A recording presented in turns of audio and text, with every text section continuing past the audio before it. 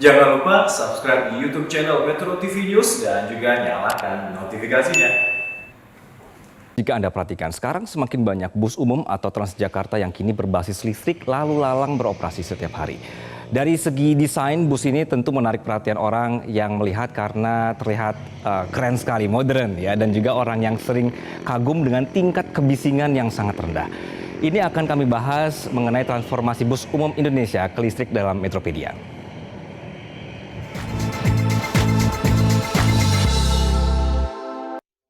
Baik pemirsa, Jakarta meluncurkan armada bus bertenaga listrik pertama di bulan Maret lalu. Nah, sebagai langkah awal dari pencapaian target 50% armada bus listrik di tahun 2025 dan menjadi 100% di tahun 2030. Kita keluarkannya data di sebelah kanan saya, pemirsa. Jadi, Jakarta ini akan menjadi pelopor penggunaan mobil listrik di semua lini kegiatan transportasi. Saya masih menunggu datanya nih. Tapi intinya adalah bahwa, nah ini dia. Jadi Jakarta akan menjadi percontohan nasional transportasi umum listrik. Tadi sudah saya sebutkan 50% bus listrik di 2025 dan 100% di 2030.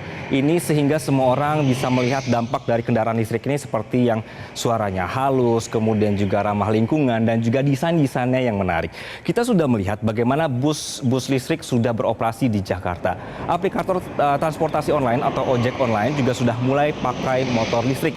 Jadi pelan-pelan wujudnya sudah nyata sehingga Jakarta, kemudian juga nanti setelah Jakarta, Provinsi Jawa Barat juga tengah menyusun master plan untuk penggunaan transportasi umum berbasis listrik. Oke, nah untuk mendukung transportasi hijau ini, kita punya informasi dari Transjakarta sendiri. Jakarta akan menambah unit bus listrik pada Oktober 2022. Bus listrik baru akan melengkapi 30 unit bus listrik yang saat ini beroperasi.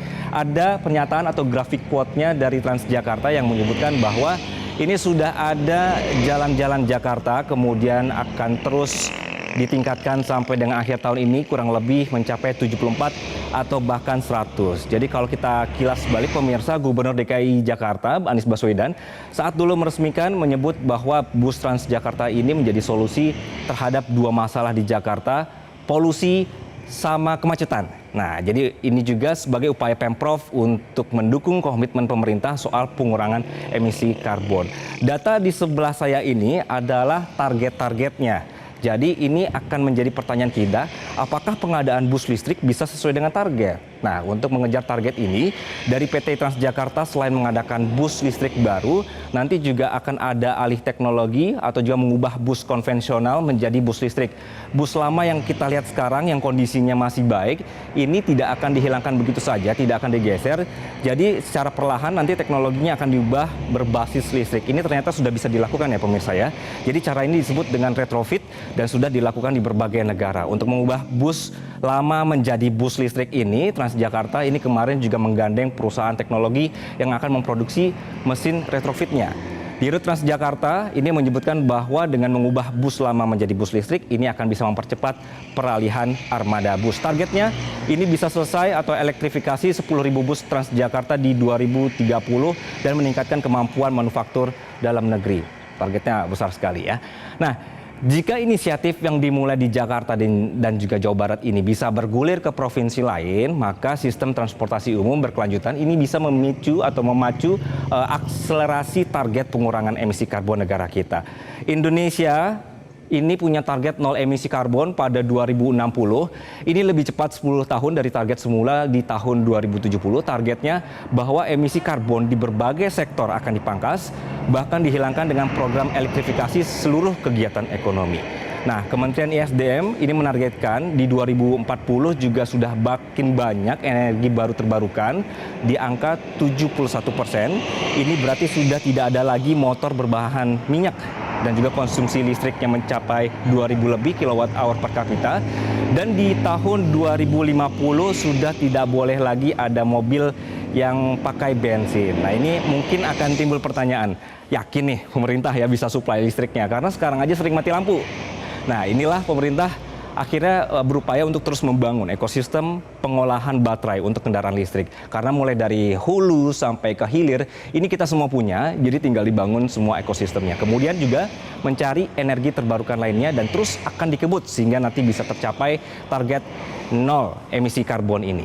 Baik, Nah, kembali ke Transjakarta, secara bertahap nanti semuanya akan diubah menjadi listrik, termasuk juga angkot-angkotnya, atau istilahnya adalah Mikrotrans. Ini adalah sebutan untuk angkot atau mikrolet versi Transjakarta. Jadi bus besar yang listrik yang sudah dioperasikan, nanti menyusul ada angkot-angkot. Kalau boleh ditampilkan, ini ada gambar atau ilustrasi besarnya, bisa di full screen.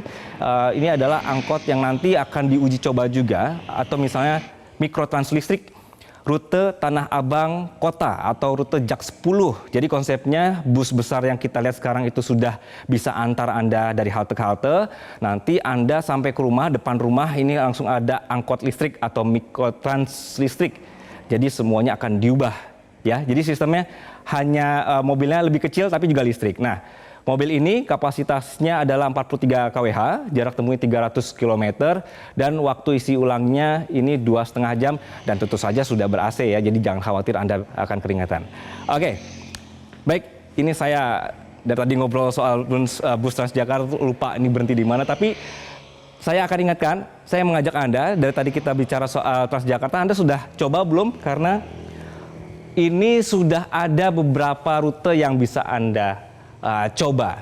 Jadi di sebelah kanan saya ini adalah rute-rute yang misalnya siapa tahu karena ini weekend Anda bisa mengajak keluarga Anda atau Transjakarta Date gitu ya. Jadi kalau mau coba ini rute-rutenya ada dari Senen Bundaran, Senayan, kemudian sampai di Blok M Ragunan. Ini semua non koridor. Jadi ini tidak masuk di koridor Transjakarta yang biasa kita lihat. Jadi ini masuk ke jalan umum, jalan besar. Dan waktunya dari jam 6 pagi sampai di jam 9 malam. Jadi pelan-pelan kita bisa nikmati angkutan umum yang nyaman, cepat, dan juga ramah lingkungan. Harapannya tentu saja penduduk Jakarta, jangan hanya Jakarta saja yang bisa menikmati ini semua, daerah juga bisa segera menerapkan, karena transportasi yang layak adalah hak kita semua. Baik, kita berjumpa lagi di Metropedia pekan depan bersama saya, Anggi Hasibuan.